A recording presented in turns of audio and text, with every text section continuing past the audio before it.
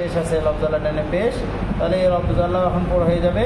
এই যে রর উপরে জবর আছে, র এখন পড় হয়ে যাবে। হ্যাঁ, রাসূলুল্লাহি।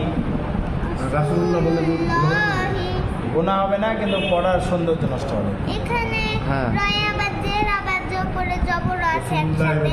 কই রর নিচে জের আছে, আর কি আছে? আবার জিমের জবর। জিমের সাথে তো রর সম্পর্ক নাই। জিমের সাথে কি রর সম্পর্ক আছে? র তো একাই, তাহলে রর নিচে জের আছে, র বারিক হবে। ঠিক আছে, রিজালুন। হ্যাঁ, তারপরে এখানে দেখেন ওয়াজহুল্লাহি, এখানে লফজাল্লাহ ডানে পেশ আছে, লফজাল্লাহ পুর হবে। হ্যাঁ, ওয়াজহুল্লাহি। তারপরে কি র পেশ রু, এই যে রু, রর উপরে পেশ আছে, র এখন কি হবে? হ্যাঁ, বারিক হবে না, মোটা হবে, র পোর হবে, পোর। রু, রর উপর জবর বা পেশ থাকলে র কি হয়? পোর হয়। হ্যাঁ, রুজিক না।